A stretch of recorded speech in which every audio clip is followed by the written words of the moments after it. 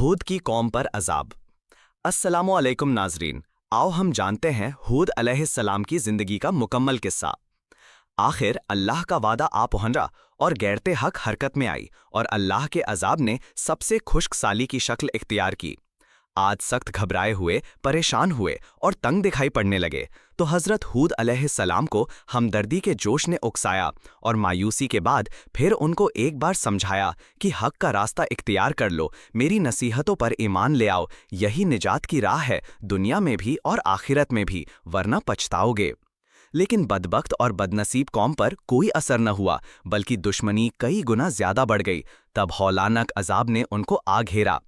8 दिन और 7 रातें बराबर तेज व तुंद हवा के तूफान उठे और उनको और उनकी आबादी को तहवो बाला करके रख दिया।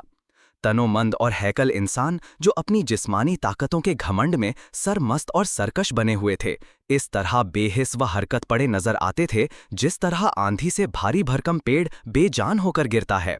गर्ज उनकी हस्ती को नेस्त व नाबूद कर दिया गया ताकि आने वाली नस्लों के लिए इबरत बने, और दुनिया और आखिरत की लानत और अजाब उन पर मुसल्लत कर दिया गया कि वे उसी के हकदार थे। हज़रत हूद अलैहिस्सलाम और उनके मुखलिस इस्लाम को मानने वाले साथी अल्लाह की रहमत और नेमत में अल्लाह के अजाब से महफूज रहे और सरकश कौम की सरकशी और बगावत से बचे रहे। ये है आदे उला की वो दास्तान जो अपने अंदर इबरत के सामान रखती है। इसमें अनगिनत नसीहतें पाई जाती हैं और अल्लाह ताला के हुक्मों की तामील और तकवा व तहारत की ज़िंदगी की तरफ दावत देती है। शरारत, सरकशी और अल्लाह के हुक्मों से बगावत के बुरे अंजाम से आगाह करती और वक्ती खुशैशी पर घमंड करके नतीजे की बदबख्ती पर मजाक उड़ाने से डराती और बाज रखती है। हूद अलैहिस्सलाम की वफ़ात। हज़रत अली रज़ी अल्लाह अन्ह से एक असर नकल किया जाता है कि हज़रत हूद अलैहिस्सलाम की कब्र हज़रा मौत में कसीफ़े अहमर लाल टीला पर है और उसके सरहाने जहाँ का पेड़ खड़ा है। दूसरी रिवायतों के मुकाबले में यही रिवायत सही और माकूल मालूम होती है कि आद की बस्तियां हज़रा मौत के करीब थीं और उनकी आद की तबाही के बाद करीब ही की बस्तियों में हज़रत हूद अलैहिस्सलाम ने क़याम फरमाया होगा और वही वफ़ात हो गई होगी। कुछ इबरतें। अल्लाह के नेक बंदे जब किसी का भला चाहते और टेढ़ों की टेढ़ को सीधा करने के लिए नसीहत फरमाते तो बुरों और जलीलों की कमीनगी, मजाक उड़ाने, फप्ती कसने, छोटा बनाए रखने की परवाह नहीं करते।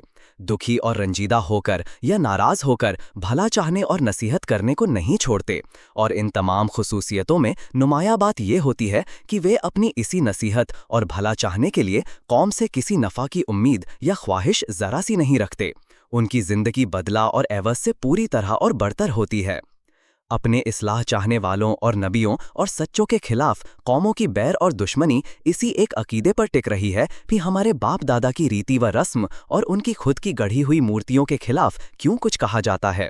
ये बातें कौमों की जिंदगी के लिए हमेशा तबाही मचाने वाली और उनकी फलाहो अब्दी सादत के लिए हलाक करने वाली हैं।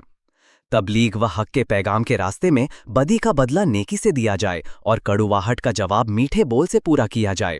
अलबत्ता तबलीग करने वाले अपनी बदकिरदारी और लगातार सरकशी पर अल्लाह ताला के बनाए हुए कानून जज़ाए अमल या पादाशे अमल को ज़रूर याद दिलाएं और आने वाले बुरे अंजाम पर यकीनन तंबीह करें और ये सच्चाई बार बार सामने लाएं कि जब कोई कौम इज्तिमाई सरकशी, जुल्म और बगावत पे तैयार हो जाती है और उस पर बराबर इसरार करती रहती है तो फिर अल्लाह ताला का गज़ब उसको सफ़ाए आलम से मिटा देता है और उसकी जगह दूसरी कौम ले लेती है।